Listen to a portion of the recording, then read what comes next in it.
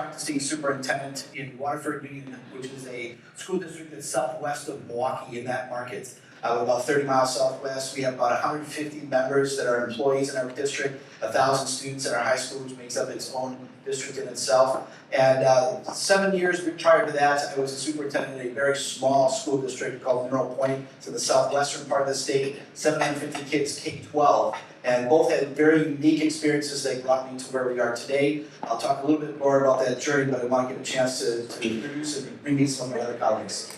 Want to say anything more about yourself? Good morning, David Voorhees, CEO and founder of True Captive Insurance. Excited to be here. Can't see any of you, but I'm sure everybody's enthused to be here at 8 a.m. this morning. But we're really looking forward to telling the story of Waterford and more how that you can take action and be inspired. It's been pretty fun, pretty cool. It's an honor to be here. Adam Berkowitz, founder, president of Simpara, we're a benefits advisory firm out of St. Louis, Missouri. And it really takes courageous people like Luke to do stuff like this. And what we're going to talk about today is replicable. And I think that's the biggest takeaway is, if you were at Adam Russo's talk yesterday, you fired up the crowd about what they're doing. This piggybacks off of that. And any other employer in this room can do what Waterford has done, and it's remarkable. It really is. So I want to turn the stage back to Luke, let him talk a little bit about the school itself and where they come from. Thanks, Adam. I mentioned we might be one of the few case studies today of actually putting it into motion. And in order to understand how we got to where we are today, it's good to know the history of where we started from. When I started my education career in teaching as a mathematics teacher, at that point when we got into the profession, one of the big benefits of the profession was that your healthcare was free. That wasn't true in the private sector, but in the public sector, free healthcare was a big deal because we'd be relatively salary compared to what the private market might command. For example, I'm a math teacher. I could use my math skills in a lot of different sectors, but I was going to be paying a little bit more for my healthcare. As a math teacher, I knew that was going to be taken care of by my employer. So that was attractive to bringing people into the fields. And we have a shortage of teachers across this country. That's an important factor to think about when recruiting and training or retaining new staff. So as we move forward, I moved away from becoming a teacher and started to move into the superintendency. And my very first year in the superintendency in the state of Wisconsin, they had an act that came out from the state, which was called Act 10, which basically stripped away union rights and bargaining tools and gave the ability for districts to charge up to 12% of the healthcare costs back to the employer and then the employee, and the employer would take care of the other 88% of the cost.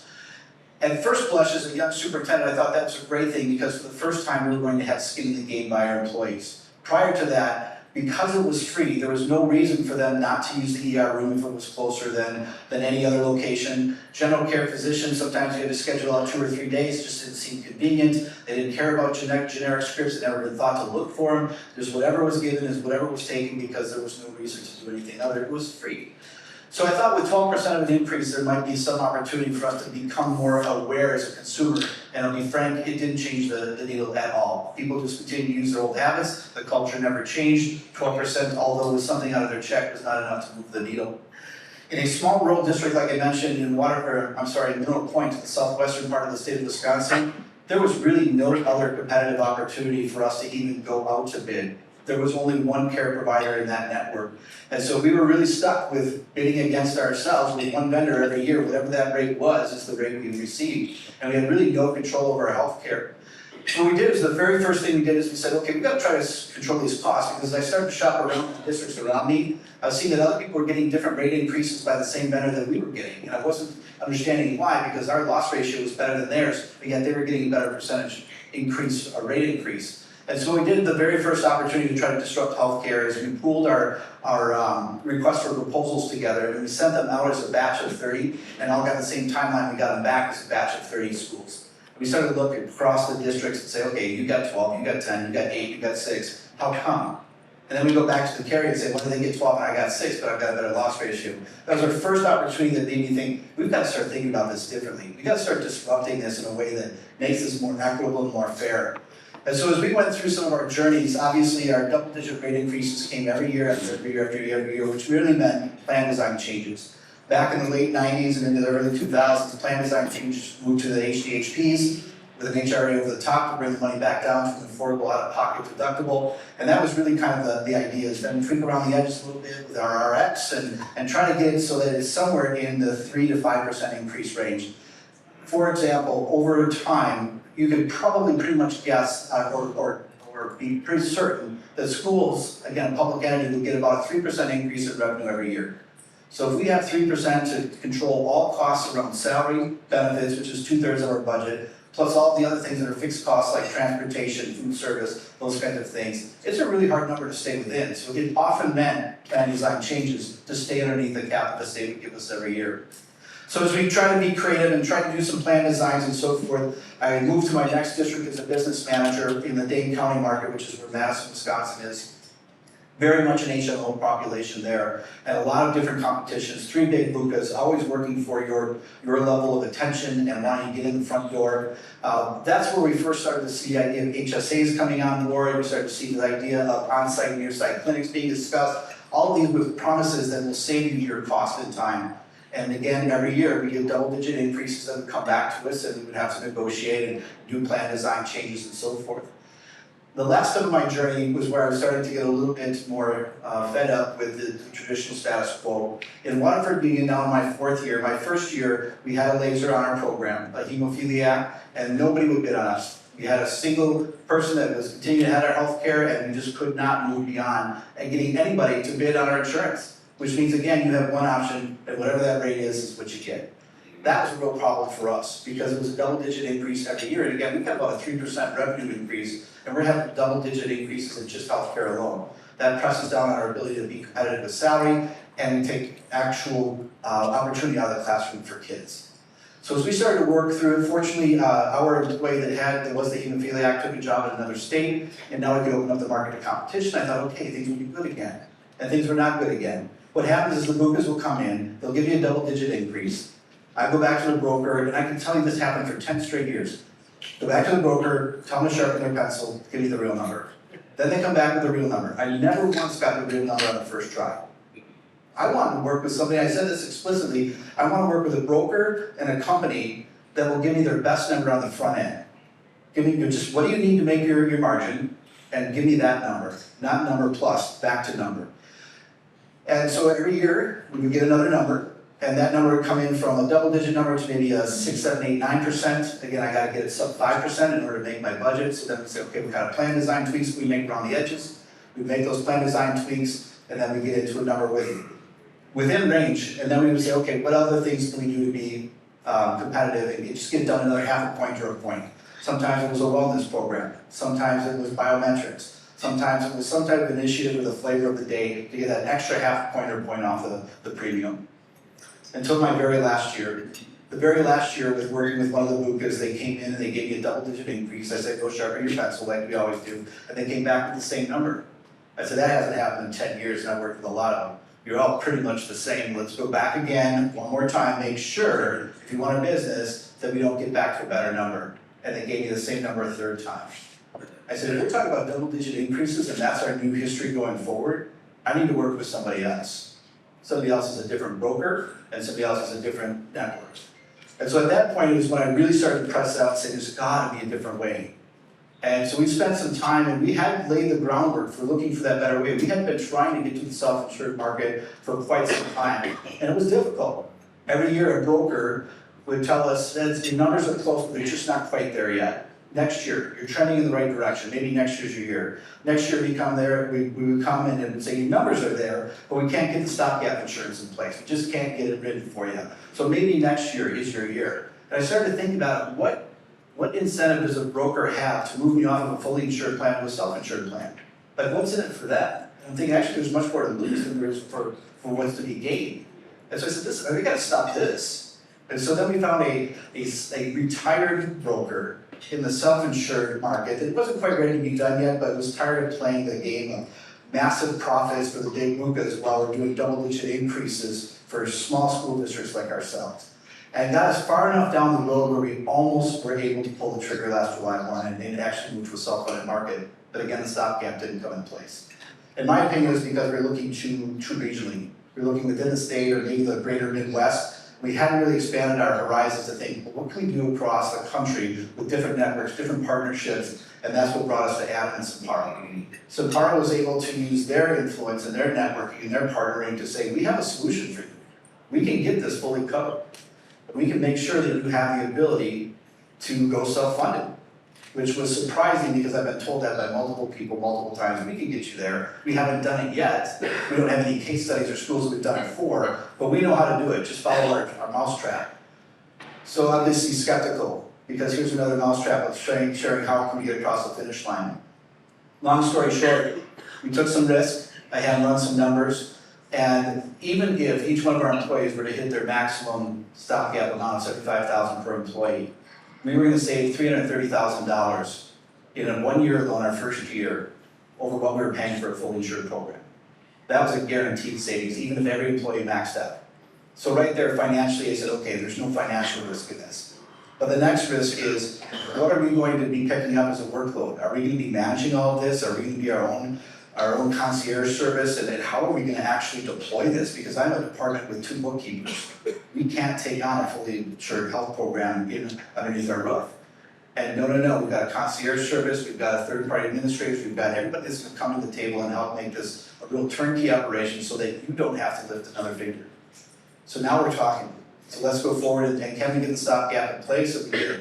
We found a great partner in True Captive, which was able to underwrite us and get us off the ground. So that is a matter of just convincing your school board, convincing your staff, convincing your community that this is the right thing to do. Because it is so unique, people are skeptical. But our board is a very astute group. They knew, and I had been talking with them 2 years prior about we need to move this direction. And they were at the point where if you can find a way to do it, you already have a pre-approval. Go. But our staff was still not there because they have been burned time and time again by promises that were never delivered. And so as our staff got in place, I had one employee specifically that said, I was your worst critic on this. I thought this was the dumbest move you've ever done. And we've done a lot of dumb moves. Like to go self-funding, like you don't even know what you're talking about. And she is our biggest champion. She's a heavy user of healthcare. She's the one that, if you want an explanation of your benefit statement, you go to this school counselor. She has been a fanatic educator on getting educated about how the health system works. And she said, I will champion it. I will champion this. This has been the best 3 months. We started January 1, the best 3 months of healthcare I've had in 10 years in the school district. Thank you. And sent any employee my way to explain how it works because it has been second to none. So now we're seeing some real savings. First quarter is in. We're excited to report that we're already ahead of projection. And here's what it comes down to. What do you do with that extra money? Well, first of all, we can invest back into our people. Their net worth is their net worth, but in terms of salary versus benefit, if they can still get benefit, you get some savings, but I can put it back into salary, that helps in these tough times. CPI over the last 12 months, as you know, is 8% plus. We can put money back into people's pockets rather than putting it into healthcare, and they still get the same coverage or better than they've always had. Secondly is we can start to then think about how to design the plan to cover more things, to get a better coverage plan than maybe the traditional school sector, even the private sector might have. And lastly is we put the money back into kids, back into the classroom. Those savings in dollars are real, and they help to buy a better education for our kids. And so those are the things that we think have really been a transformational piece to our journey.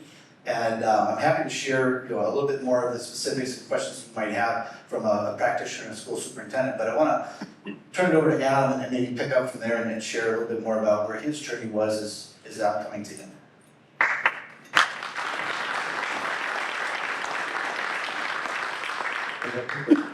It's nothing short of remarkable, honestly. And it takes courageous leaders to do this. We're on the early adoption curve of this journey, I think, in any given market. And it takes folks like Luke to really get the ball rolling for other employers to do this. We're de-risking it for everyone else that follows.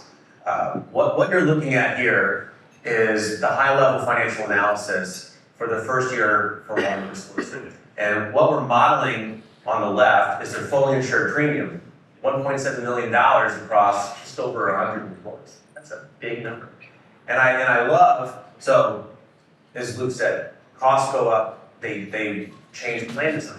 UBA, you guys know UBA, a huge association in the brokerage world, they put out their 23 trend report, and they asked 10,000 employers, what are you going to do to manage risk and the cost increases this year? 48% said change plan design. Another 46% said change insurance companies. We are literally just moving the deck chairs on the Titanic as it goes down. That's all we're doing. This is so beyond unsustainable. $3,000 deductibles, $4,000 deductibles. These teachers don't have $1,000 in their savings account. The thing that we've all bought into, health insurance, to provide financial protection in the event of something major, isn't doing that. Think about that. It's not working. And so what you're looking at here, I love the concept of an HRA. You guys understand health reimbursement accounts. You buy high deductible, you reimburse it back down. So it's having secondary insurance for your crappy insurance. Right? So we have 2 insurance plans now. That's what that gold bar represents on top of $1.7 million. So when we modeled this out with True Captive, and I want Dave to talk about the part of this, it's really unique. $1.4 million is the worst case scenario, and this is a insured contract. So if you understand stop loss, you can buy like a 12-12 contract, and that doesn't include claims that are continuing to be processed and paid once your 12 months is over. It's a great way to hide the number. This is a mature contract. So it looks at if everybody gets sick and uses their insurance, the worst they can spend is just shy of $1.5 million. And think about the savings and what that does for the kids. And that's what this is all about, right? The teachers, the kids, the communities that we're serving. And of course, anything that they don't spend is theirs. The only fixed dollar amount here is administration, premium, our fees are included in here. Whatever they don't spend, they keep. You want to talk about? Yeah, I'd be happy to. I mean, this is fun when it happens like this. It doesn't always happen. This is really compelling. And if you've ever been around insurance, and for those of you that run insurance companies or sell it, you know that times carriers will buy business. Our program is built a little bit differently. I spent 20 years in HR and operations, so I was used to looking at the spreadsheet and trying to make a decision between the bid that was going to win the business for price or not creating so much disruption for our employees. And so we have the methodology of responsible underwriting. So when this happens, we didn't try to do this. This is where the underwriting came out. We evaluated the risk. We looked at the individuals that were part of the population. What are the things that the advisor put together to try to contain costs? And then you come up with a number. It's not a number to try to find out how to do the business. So when this happens, this is great. We call this a unicorn or a no-brainer. Now, the issue with this, though, is the too good to be true scenario. Like, what you're used to somebody buying it, so we probably are doing the same thing. And I think one of the things that we really have aimed to do, and it's because where we came from, not because we did anything magical, although I will tell you, I think we've cornered the market in common sense, and that was free, so I'm very proud of that, is we invest in every one of our members' programs. So a lot of captives, what you have to do is you have to collateralize your program. We take our own capital and we invest it in each one of our members' programs, so we're aligned. So if they have a bad year, we have a bad year. If they have a good year, we share in the good year, but we remove the downside risk for them. And that was one of the things that running HR for so long taught me is, it wasn't that I didn't understand it, it was that there was no alignment. We weren't all working together to try to figure out how to make this work. And I don't think that we have it wrong in the community of insurance. I think we are just confused. Whether you run insurance companies, whether you're practitioners, whether you're another solution partner, we're all trying to meander around, and we haven't figured out a way to connect. And that's one of the things that I really appreciated working with Adam and his team is, it's not a matter of who's right or who gets the glory or who gets to project something like this. It's when we provide value to our customer. And when we say $60,000, for example, like this is dramatic, when we say $60,000, we think of it as that's a teacher. Right? We were talking last night, $30,000 is a special ed aid. So you start to think about that in human capacity versus that. But you know, there's no magic to what we do other than really trying to create alignment amongst all and drive value. Because if we drive value over years, we're going to create a long-term partnership. We're going to drive the cost curve down. I said I'd use the word rate availability. We'll create rate availability, whatever that means. But needless to say, you know, this has been fun. I don't want everyone to think that True Captive pulls everything out of their hat like this, because this was incredible. They were misunderwritten in the past. He told you, sharpen your pencils, keep sharpening your pencils. They weren't going farther. So this isn't an everyday occurrence, but it's a regular occurrence, and I'm excited to do these things. Is somebody add? Well, I think the piece too that really is helpful for us is the transparency part. You know, we could ask for some supports and some data and some information and try to be part of the solution, and before we couldn't be part of the solution. Now that we're actually active at the table with our partners, looking at our data, we can help to figure out strategic ways for us to save some dollars. And I think that's the part that was missed in the past, is that we had brokers that weren't able to provide the information because either they didn't have access, or if they did have access, they weren't willing to share it. Now we feel like we're a vested partner. We're truly trying to impact healthcare by looking at our own data sets and making better decisions, smarter choices. So what's amazing is it's not just the savings, because they saved a lot of money, they're saving a lot of money. But how many times have you had your health insurance costs go down and your plan get better? This is our work. I mean, we get to do this time and time again, and it's the most rewarding thing in my job. So Waterford had a $4,000 deductible. I mentioned they had an HRA, so that was being reimbursed down to $3,000. I'm sorry, to $1,000. Their new plan is a $500 deductible. There's opportunities for employees to actually eliminate that deductible through concierge programs. We're steering people, we're navigating them to the folks in the room here, honestly. Primary care is highly affordable, generic drugs are free, mental health care is free. I mean, this completely transforms healthcare for people. I mean, this is putting humanity back in healthcare, right? Adam, I just want to jump in. When Adam shared, here's your old plan to our staff, and here's our new plan to our staff, it was crickets. He's like, this is what you applaud. Literally, that's what he said. People were like stunned, like, no, this has got to be snake oil. I've been down this road so many times with promises about how this would be less out of pocket, and it's just rebundling the same thing, and I end up at the end of the day paying the same out of pocket. Just looked up, it's dressing up differently, right? This is legitimate savings, and that's what became our skeptic, became our champion, because they could physically feel the savings. That's one of the biggest challenges, and it's not difficult to find out how they got there. There's just no trust. Time and time again, we've put things in front of them where we said, we fixed it, we figured it out, we reduced costs, we've heard you. And then they're like, great, thank you very much, we appreciate that, you've driven our costs down, and you go to the doctor and it's more. So we've eroded that trust, and it is hard, it is very difficult to recapture trust. But these are the things that start to build that, these stories, when people feel it tangibly. You know, you've got that person who is the detractor. I know it's weird, one of my favorite things to do is open enrollment meetings. I know, it's weird, but you ask a room of, hey, what are you looking for out of your insurance plan this year? And occasionally one person will raise their hand and be brave, but I was in South Carolina in an auto dealership, and this mechanic raised his hand, he goes, I just want insurance that doesn't suck. I'm like, okay, well, thank you for being honest, because wow, that is such a low bar. So imagine spending like $6,000 to $10,000 a year, and your bar is, I just don't want it to suck. That is where the consumer is. And it's my fault. I'm not pointing fingers. I'm part of the insurance community. I haven't been here long, but it's my fault. I'm part of it. So we need to do things to rebuild that trust. My grandfather, a general practitioner, our logo is based on something that he taught me, and I got to go see him practice medicine. It was the most incredible thing I ever got to see in my entire life, and I know we'll never get back to that, but we can't have that same feeling with employees and patients, and I think it takes everybody in the community to do that, it's not the practitioner's responsibility, it's not the broker's responsibility, it's not the employer's responsibility, the insurance company's responsibility,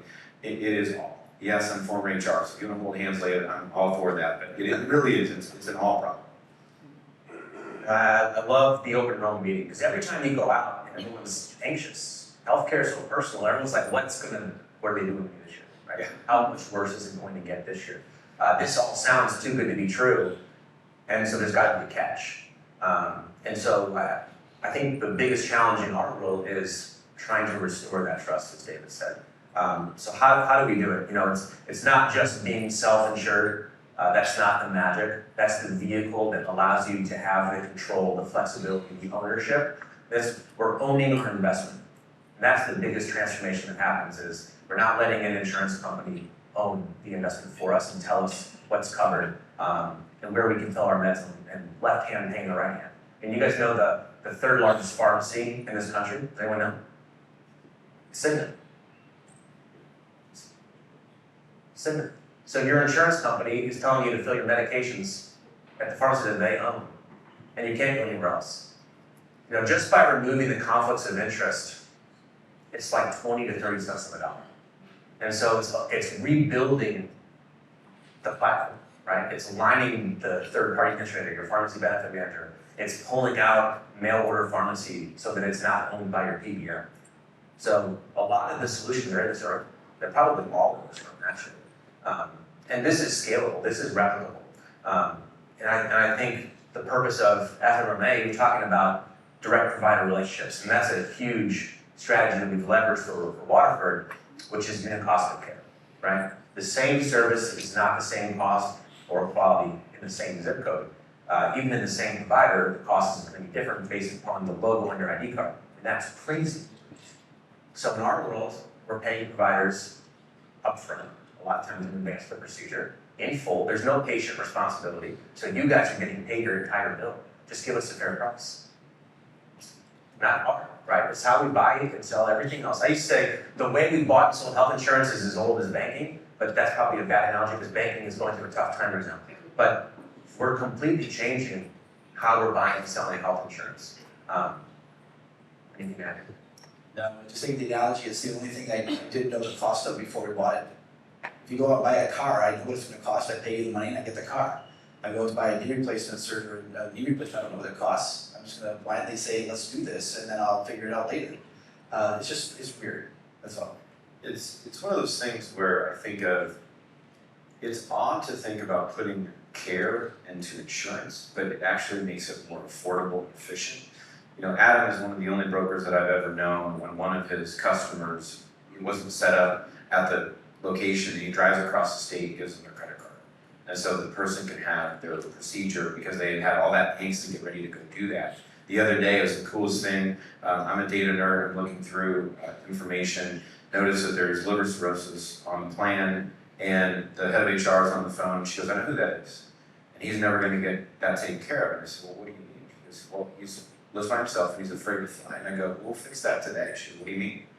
I'll send somebody there, I'll get on the airplane with him. I'll go get on the airplane with him. That's gonna take one day out of my life, maybe $1,000 on the airplane, and we're gonna fix this. Like, to me, that is such a simple solution, and I think people get intimidated about actually sitting kneecap to kneecap and having an uncomfortable discussion about someone's health. You know, a lot of people ask, how do we find out all the stuff we find out before we underwrite a plan? It's very technical, I don't wanna overcomplicate it, but we ask. We just ask, and the groups typically know who that person is. Then we can build a plan and we can price it correctly. But I hammer it, it's really just about trying to help another person. And it is very simple that then the financial efficiencies occur downstream. If you just focus on the front end, I like to say, and it's probably because of my grandfather, I'm not a practitioner, I don't cure anything.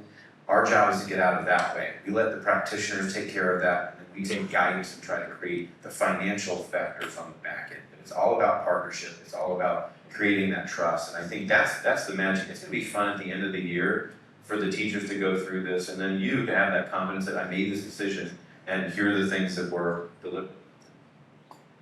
Probably have a few minutes for questions if anybody has any. 2 minutes. Yes, these shoes are custom, and I'm not wearing Star Wars socks.